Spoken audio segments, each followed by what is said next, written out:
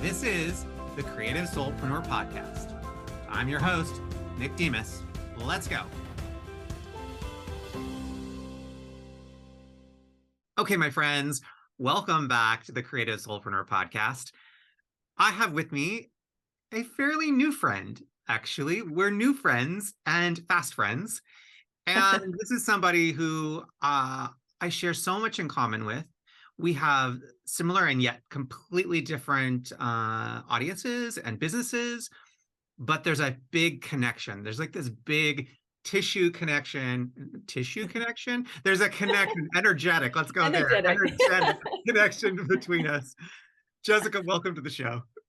Thank you so much, Nick. Really happy to be here. So good to connect again and have a chat. We always have really good discussions when we are there together. So thank you. So you're new to my crew. So give a little taste for us. Let us know a bit about what it is you do, who you serve, and how you do that. Sure.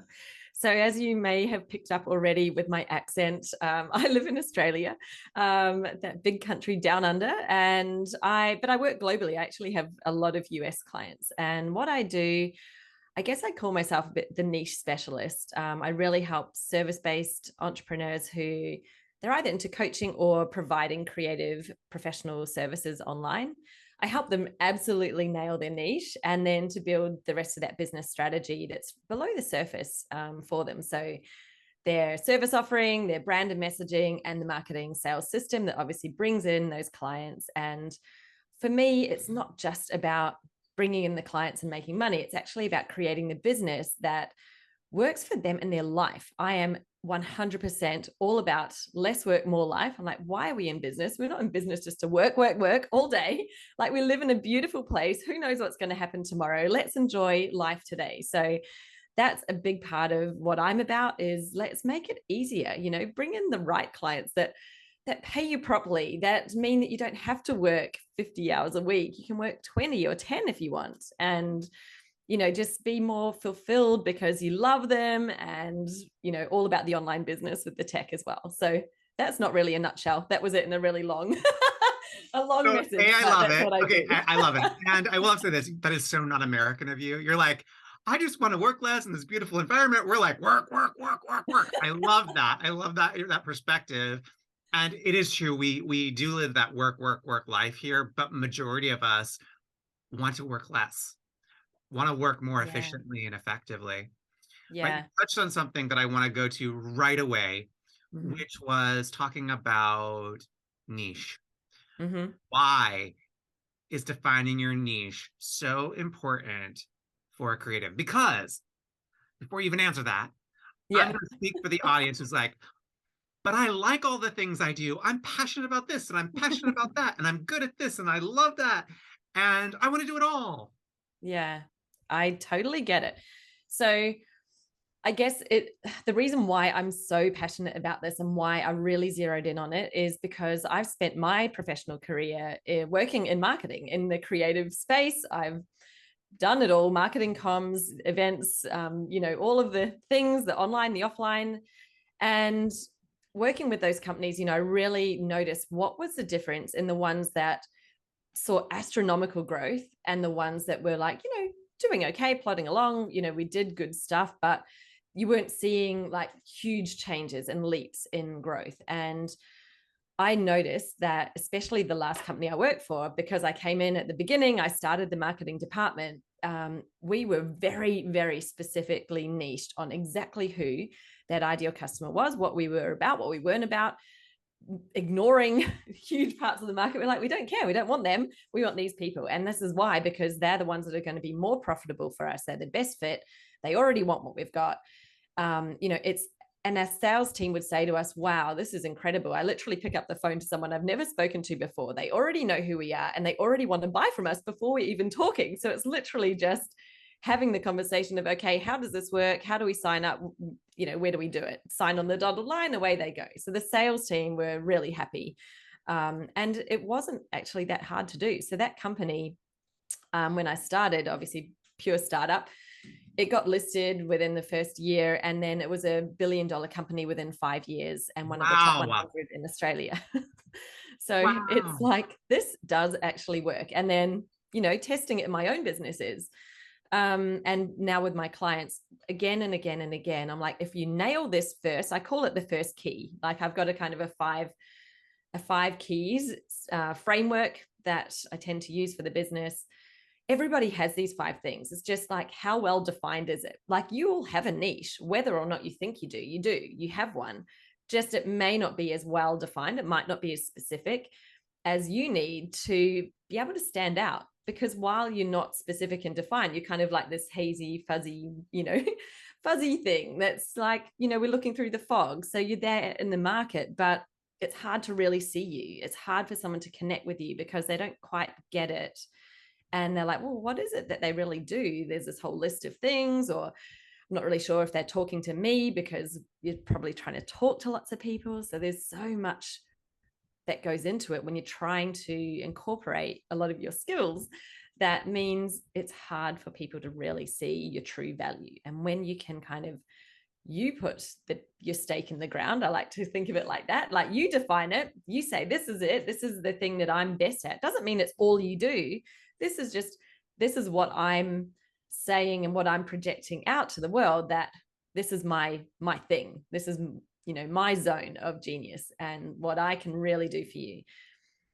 Then people really can start to connect with you. And I find that when you can bring them in with that, you can still offer other stuff behind the scenes. I tend to say to my clients, don't try to do too much because you're just making hard work for yourself. Why would you do that? Make it easy. The more aligned you can be offering a similar thing and just offering it in different ways or at different levels of intensity without having to go broad and wider, which actually creates more back-end process, more customization, more management, and all the stuff you're not getting paid for. So I tend to be like, let's go up and narrow and, find different ways to provide the same thing and provide deeper or higher value as opposed to more things. I feel like there's many layers of niche, right? Yes.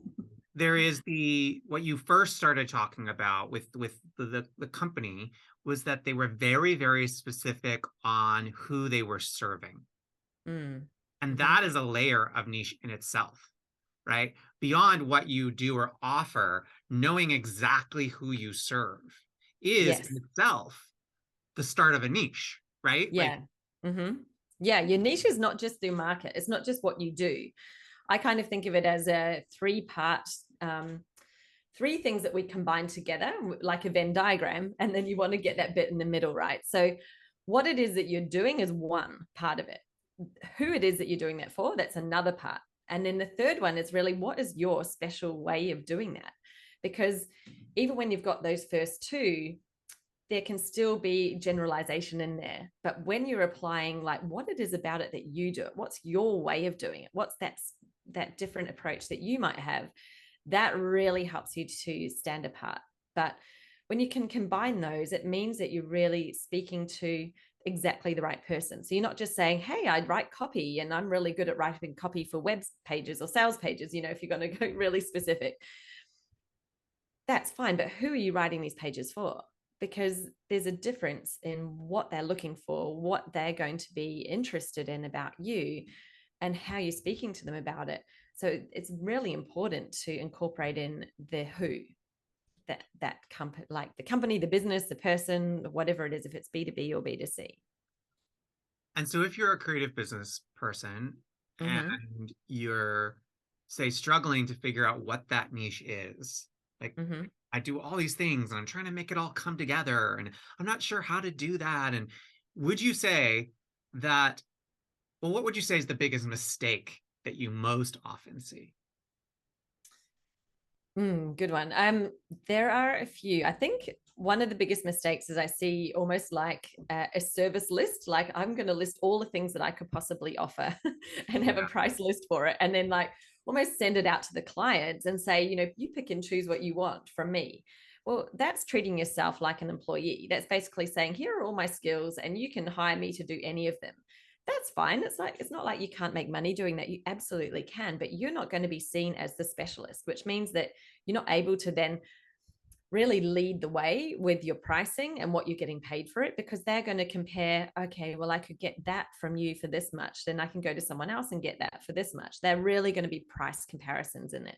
Whereas when you don't do that, when you say, this is what I offer and I'm the expert at this, so I know how to package it and put it together, you've created a service offering that's not just the thing per hour, or how many words in a blog or something like that. Like you've defined, you're working with me, this is how we're going to work.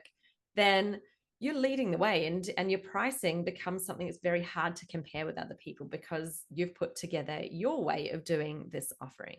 Is that making sense? It does. And what I love about that too is that's on your terms. Because I think one of the things that creatives most are afraid of is that they'll limit themselves and Yes. that they won't be able to fully express themselves, or they won't be able to do it in their way. Whereas what you're actually saying is that by doing this, you get to hold the strings. You get to Yeah. call the shots. You get to be the one Yeah. that is making it happen ultimately.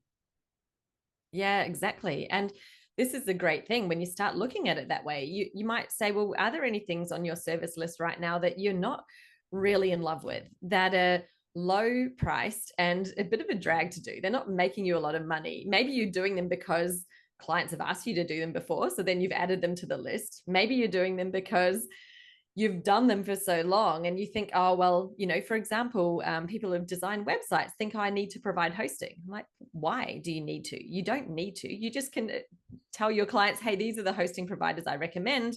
You go and sort that out. You do not need to become a help desk. Oh my God, could there be anything worse for a designer than sitting there answering tech? Like, oh, I've got my website's not working or whatever. Like, yes, you can go in and fix it, but why would you want to? This is the thing. I like work with heaps of website designers on this, and I'm like, guys, you can keep doing that, but that's not where you're making your money. So I don't know why you're wasting your time on it. Like, I feel outsource very called or out right now. I feel very seen. I feel very seen because I have a tendency, and this is for all of you in the audience, all of my students to listen to right now. I have a tendency to, like if somebody asks me to do something, because there's that part of me that, that wounded child version of me, right? That, like yeah, wants to do the best and wants to be there for everyone. So somebody will ask me to do something, and I have to remind myself to say no. Just because I can do something yeah, doesn't mean I should. You know yes, what I'm saying? And because 100%. I am a multi-passionate, multi-hyphenate, creative, Mm, multi-talented human being, I do get asks for lots of various different things. And mm, I've had to, over time, learn a big word. The big word was no. yeah. It's a very short word, but it's a very big word. Yes, exactly. And I think this is, it's partly, this is very natural. A lot of people do this, and because often if you've come from a job, you get asked to do something by your boss, you say, yeah, sure, I can do that. Even things that are, outside the scope of your role, you're often thinking, yep, I'll take that on and I'll figure it out. And you've got that real mindset about, I'm going to serve and do the best job I can, because you would get rewarded for it, right? Yeah. But this is your business. You're no longer an employee. Yeah. And yes, you can do things. Guess what? You can make money by baking some cookies and going selling them down at the market if you want to. Like, you can do anything you want to make money. You don't have to do all the stuff that people are asking of you. So if you define what it is that you do, you go, this is what I'm doing. It's okay to say to someone, well, no, I don't do that part. Or, if I'm a designer, I don't write the copy. You don't have to write the copy if that's not what you want to do. You can say, yeah, I've got a copywriter I work with, or here are some I recommend. You can choose what it is. And it's really about when you step into that space where you're owning it, you start to bring the power and you start to attract people to you because they can see it, they can feel it, and you become the specialist. Yeah, that's really key. Because a friend of mine said to me a while back, I was going through this a bit, and a friend of mine, said, gosh, Nick, it's really, really amazing that you can make money on demand. How fabulous is that? But why don't you step into your power? And I had to really sit with that for a moment, right? Because I think there's a fear in some people that if I let go, then I won't make any money. But the Mm, reality is you'll likely make more. Am I right? 100%, yes. I've had so many experiences of people. So here, this might be an example that I think a lot of people feel is relevant to them. Website designer was also offering some marketing and graphic design, so doing some brochure work and all sorts of things, website branding. We started working together. I was like, right, what is it that you really love? Like, what do you want to do out of all these things that you currently offer? She said, I really love to design websites, but it's really about the brand that I create, that I bring into the website. So we created this really specific niche for her that was about communicating your brand through a website design. So she'd help with what is the essence of this business and then design them a beautiful website. And I said, right, well, who are the clients that you're working with now that are not fitting into this? And, how do you feel about them? And she's like, oh, there's one that's just an absolute drag. Like, they never get back to me. I'm not making any money on it because of the amount of men's that I've done on their brochures and things. And it's like, well, this is up to you to decide, but you don't have to say yes to that anymore. And she basically fired her client. And she wrote back to me about a day or two later and said, I've just signed up 2 new clients exactly for the brand and website. And that happened because she fired that client and she created the space that allowed in the new. And this happens. That's one example. This has happened time and time again. Like, you get rid of the stuff that's holding you back, the things that you actually are not aligned to, that you're just doing because you have been doing it or because people ask you to, and just create that space to allow in what it is that you really want. And then you become more attractive, right? You begin to Yeah. attract magnetically rather than with push or force, would you say? Yes, absolutely. Yeah. And think about, on so many levels, if you've got client testimonials and someone else is looking, if they're seeing something that's relevant to them, a business that's relevant, they're more likely to buy. Whereas if you've just got this, huge, big portfolio of all sorts of things, they're kind of going, oh, I'm not really sure what this person's all about, what their business, what are they really best at?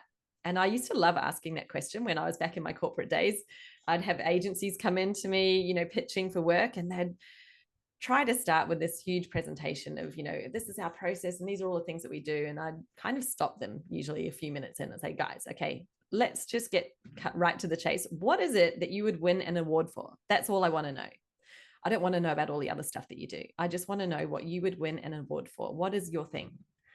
And it would stump a lot of them because they'd be like, but we want to answer the thing that you actually want. We don't want to cut off our foot and say it's something else and that's not what you're really wanting. And it was a really tricky question for them because I could tell that they were just there trying to make a sale. And I'm like, I don't want to work with someone just because you want me as a client. I want to work with the best. I want to work with the one who is a specialist in that area.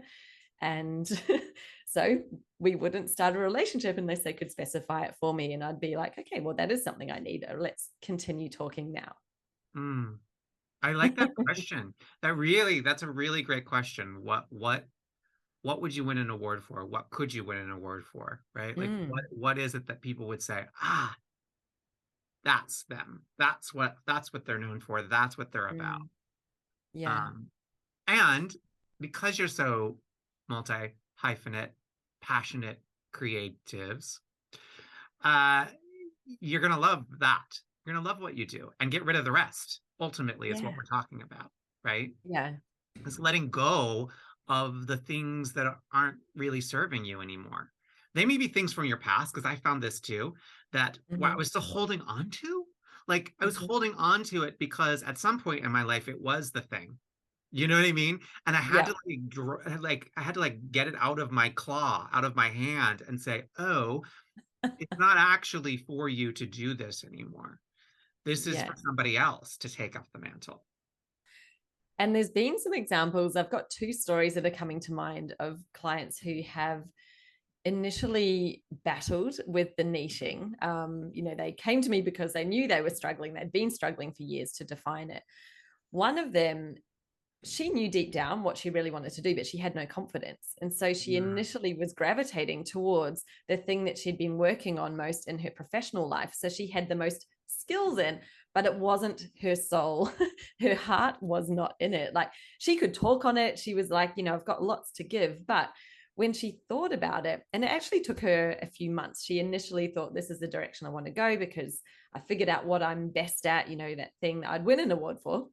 Interestingly, it was award writing. But anyway, she kind of went down that path, and then she realized this isn't feeling exciting. Like, I'm not getting the tingle in my cheeks. There was a lot of stuff about it that she didn't love. And so we had another chat, and I was like, okay, so just tell me, what is the thing that you would absolutely love to walk in your door right now? And she said, oh, I'd love to do brand voice strategy, because she was a writer.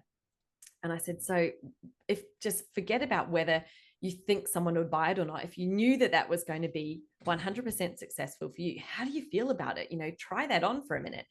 And she just was like, oh, it's just feeling so good. Like, she was beaming, the energy, the happiness was coming out. And I'm like, you found the one. Is this the dress? It's like trying on the dress. Is this the one? Because when it's the one, when it's not quite the one, you're like, this one could work, but when it's the one, you just know it, right? You know it inside. And that for her then has become instantly, she got a client. As soon as she decided it, she got a client for that project, and she's now doing that. And she has other people coming to her for other stuff. And she's like, well, I can pick and choose if I want to take on anything else, Oh, I love but I that. don't have to. I love that. I get to pick and choose. Again, Mm-hmm. you're in the driver's seat then, rather than it just being like this blanket. What Yes. I heard in there too was process. That it's not Mm-hmm. like you pick the niche and you're done. Right? For some people, maybe it is, but for those of us that are creative, sometimes it takes a bit of time to like, Yeah. you got to wear it. You got to try It's, it on. you do. And You got to go shopping. you gotta go shopping. You gotta wear that dress, right? Is it the Try it red dress? on. Or See how it is it the fits. blue dress? Yeah. Or like which one really? I look good in all of the dresses. Hello. I look great in all the dresses. Of course you do.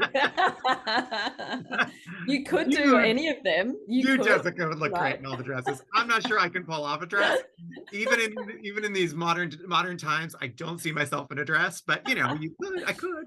But my point being, maybe it's the red dress, maybe it's the green, maybe it's the yellow. You might actually look good in all of them, but which one feels Yes. like a Which one million? makes you feel like $1 million inside? Exactly. Yeah, because that's the one that matters. Because just think about the difference in how you're feeling when you're having those conversations to people, when this is the thing that you love to do. Inside that you're great at it.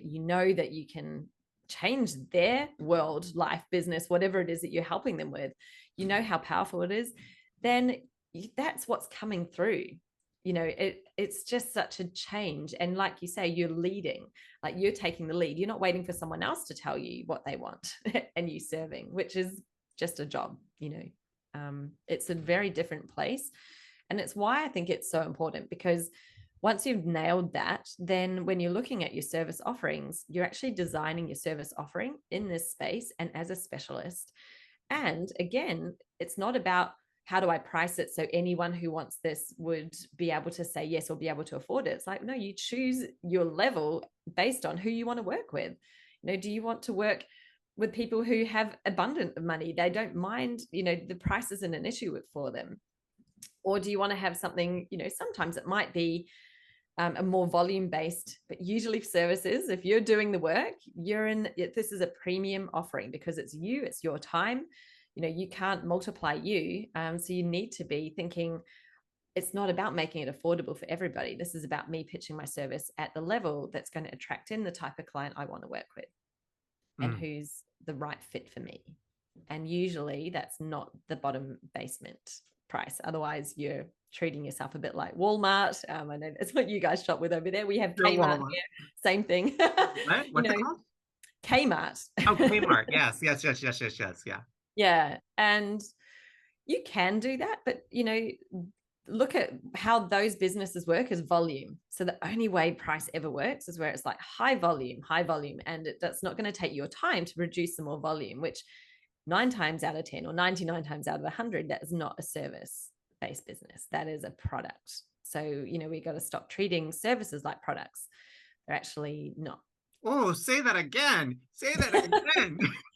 Stop treating your service like a product. That is really good, because I see that a lot. Mm. And in the early days of my business, I did that as well. Quite a bit. I absolutely did. I think it's easy to do because we're surrounded by it. We're all consumers, right? So we're surrounded by product-based marketing, and a big one you guys have just had, obviously Black Friday, the Cyber Monday, that whole weekend. It's like, this is okay. All the product businesses are like, we're doing these sales. And then I see service-based businesses kind of going, oh, like maybe I should be doing a sale. And they're jumping in that space. I'm like, guys, you are not a product. Like, you're actually giving your time, and you're now devaluing what it is that you offer by giving a discount on something that is going to take you the same amount of energy as it would normally at your normal rate. Why would you be doing that? I really think we've got to look a bit long and hard at what is the strategy that you're putting around it, and start to be, it's okay that I don't do that. Stop discounting before you've even made the sale. Like, yeah. Another one to say again for the back row. You're like I've had so many clients all the bombs, all the truth bombs that's tweetable. It's only because I like, so often I'm like, please don't do that again. Like, they'll go, oh, we'll get on a call, and they already are discounting before they've even said their price. And I'm like, why are you doing that? Yeah. You haven't even said anything. They haven't even said anything about it yet. And you're not even expensive at all. Like, look at other people out there in your space. I think we've really got to kind of start to stand by ourselves and stand by what it is that we offer. And the fact that someone wants something, we actually often perceive it to be of higher value when there's a better price tag on it. When there's a higher price tag, we perceive it as better quality. So you might actually be losing clients from charging too low. And this is a whole weird balance. We could do a whole podcast just on that. So we totally could, because I'm like, oh, we can go down this road, but we don't necessarily need to. But it's about the niche, because it's like, when you know your niche, you're defining exactly who you want to work with. You price so that it's in line with them, so that there's an alignment there. If you're too low for who that target client is, they're going to not see you as the right person to choose. If you're, well, not usually too, most people are normally charging less than what they should. But again, if you're kind of too high, again, that's not going to be something that they'll align with. But I'd say most people, you probably need to be looking, are you too low actually for the type of client that you're trying to attract? Because, in general, I have found that if you're too high, the market course corrects. Yeah. But if you're too low, you're getting taken advantage of. Yeah. And you're probably attracting the wrong sort of clients. So if you're attracting people who are, a bit of hard work, maybe they're not the ones that you're loving to connect with, and they're not maybe they're not committed. So someone doesn't pay enough for something, guess what? They don't have enough skin in the game. So they're not getting back to you. They're not responding. They're not turning up to meetings. They're delaying things. They, if you're doing designs and waiting for feedback, it's not a high priority because they haven't invested enough in it. There's no skin in the game. And straight away, if that's happening to you, then your pricing is too low. Yep. Indeed. So let's say you've got your niche. I always say some people say you nailed your niche. I always say you've aligned your niche, because it's an alignment. It is alignment. With you, your ideal soulmate customer, with your product or service, you're all in alignment. Let's say you've got all that. How do you attract? How do you bring people into your business without having to rely on spending a lot of money on ads or referrals, or like, how do you draw in people?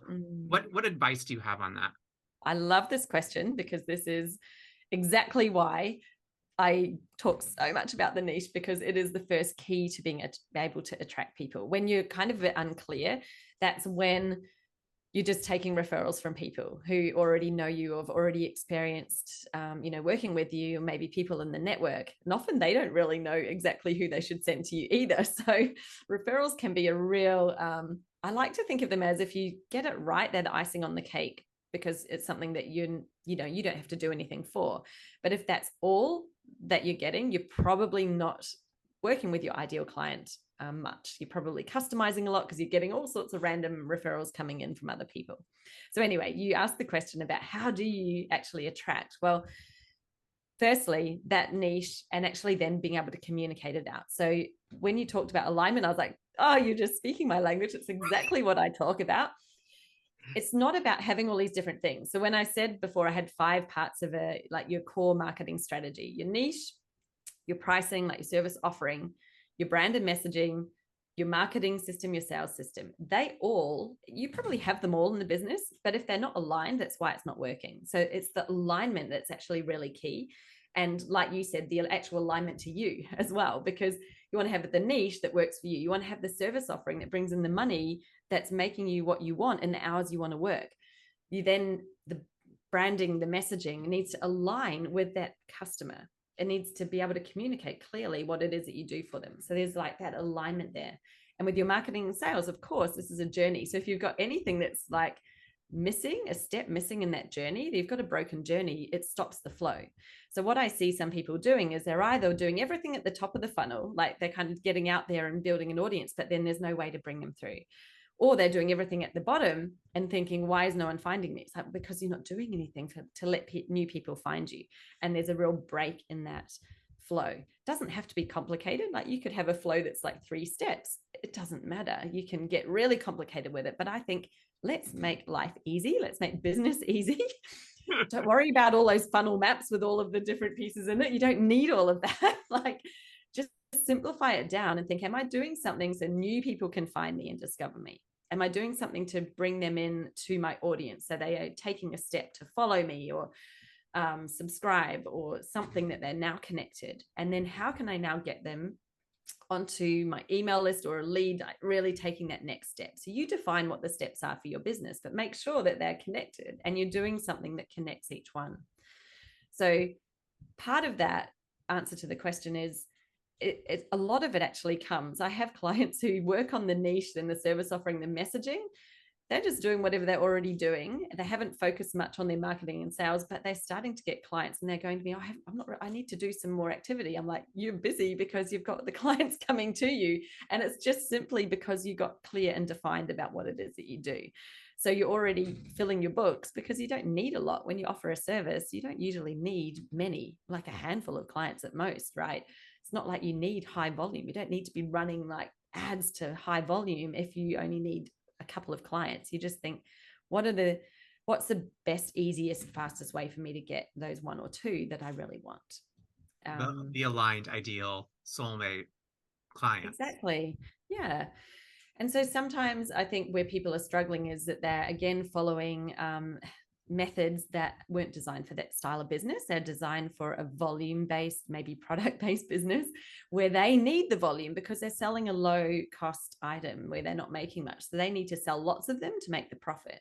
Whereas if you're selling a higher ticket service, you only need a few people. Like you can figure out what it is, your monthly revenue, how many clients do I need to make up that number? Well, you don't need the same strategy as them. You can do something far more low key, but a lot more aligned. You're really only needing to reach out to those people who are right for you.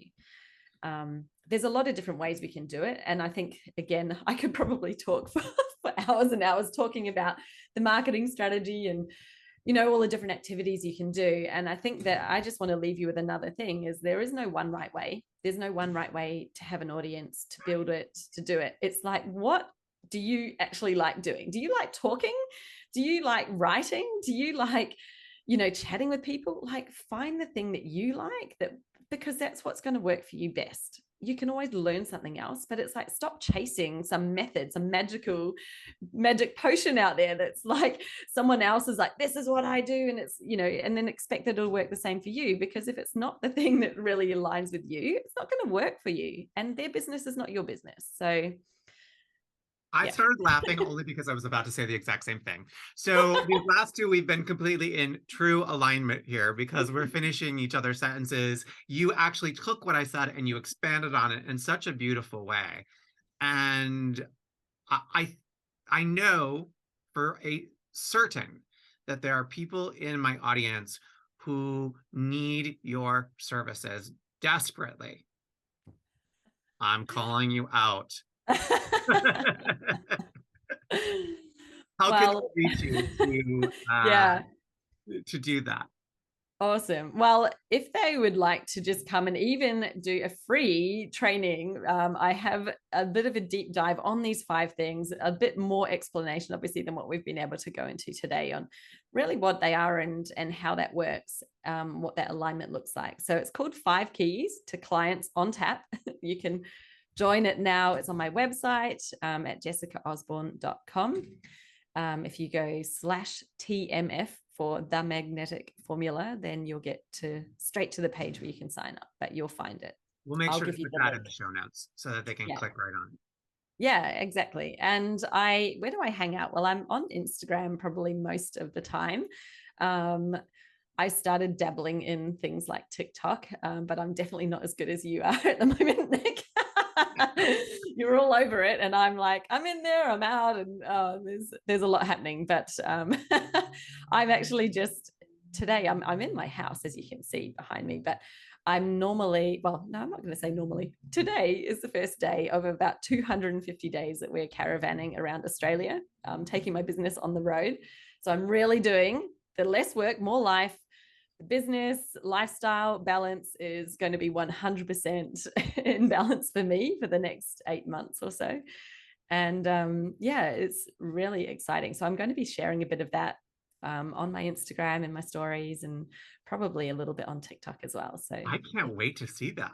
That's really, really, really exciting. And yeah, congratulations on that journey. That's pretty incredible. And I'm only on the not only. One of the reasons I'm on the TikToks, one of the reasons I'm all over the Instagram is, I teach manifesting with story. So you can't manifest anything if you're not actually out there doing it.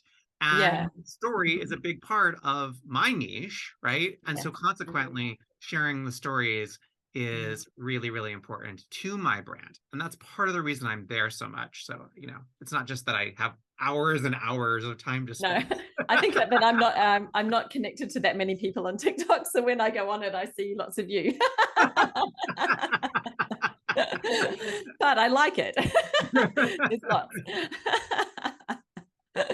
Oh, Yeah, that's that's so good. Well, awesome. So good. congratulations on your travels. That is, Thank you. I'm really excited to watch this journey and get a little peek into Yeah. Australia in a way that I wouldn't otherwise. So Yes. Well, I set fantastic. up the Starlink this morning. I bought Elon Musk's satellite thing, internet thing, whatever it was, and managed to drop the modem as I was setting it.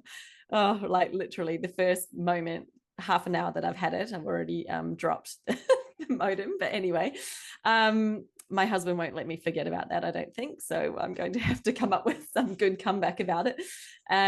But yes, I'm going to be online, high speed internet, apparently, all the way around Australia. And we're going to some pretty remote places. We'll be camping in some national parks where I don't know if there's facilities. That's why we have a caravan with a toilet and a shower in it. So yeah, it's going to be exciting. I'm probably going to be very brown. I think a lot of outdoor living. But yes, we're going to be exploring this enormous country by going around the outside of it. That's really amazing. Yeah. And Thank you. thank you for being here today and sharing all of your marketing knowledge, wisdom, know-how, really diving into niche and sharing you. I really, Thank you. and Thanks so much for having me. It's been such a pleasure and fun as always. So thank you. as always.